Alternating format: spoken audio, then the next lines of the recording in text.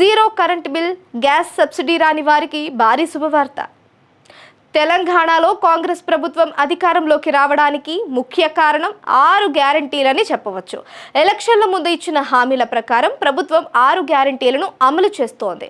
ముందుగా మహాలక్ష్మి పథకంలో భాగంగా మహిళలకు ఉచితంగా ఆర్టీసీ బస్సు ప్రయాణ సౌకర్యాన్ని కల్పించారు.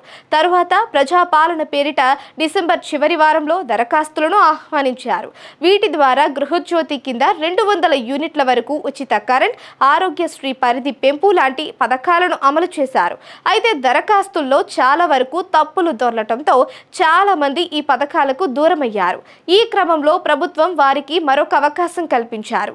ఆదిలాబాద్ కలెక్టరేట్ సిపిఓ కార్యాలయంలో ఇటీవల కలెక్టర్ ప్రజాపాలన సేవా కేంద్రాన్ని ప్రారంభించారు.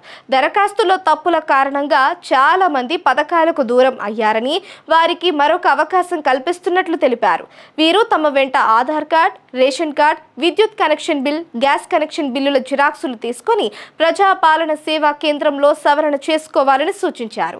వీటితో పాటు ఆయా మండలాల్లోని మీ సేవా కేంద్రాల్లో కూడా తమ దరఖాస్తులను సవరించుకునే అవకాశాన్ని కల్పించారు. తప్పులు దొర్లిన వాటిలో ముఖ్యంగా 200 యూనిట్ల ఉచిత బిల్లుకు సంబంధించినవే ఉన్నాయి. చాలా మంది అవగాహన లోపంతో యుఎస్సి నెంబర్లు, సర్వీస్ నెంబర్లు తప్పుగా ఇవ్వడం జరిగింది. దీంతో వాటిని సవరించుకునే అవకాశాన్ని కల్పించారు. ఉపాధి కోసం పట్టణాలకు వెళ్లిన వారు కూడా తమ దరఖాస్తుల్లో దొర్లిన తప్పులను సవరించుకోవచ్చని తెలిపారు. వీటిని పరిశీలించిన తరువాత వచ్చే నెల నుంచే జీరో కరెంట్ బిల్ వస్తుందన్నారు.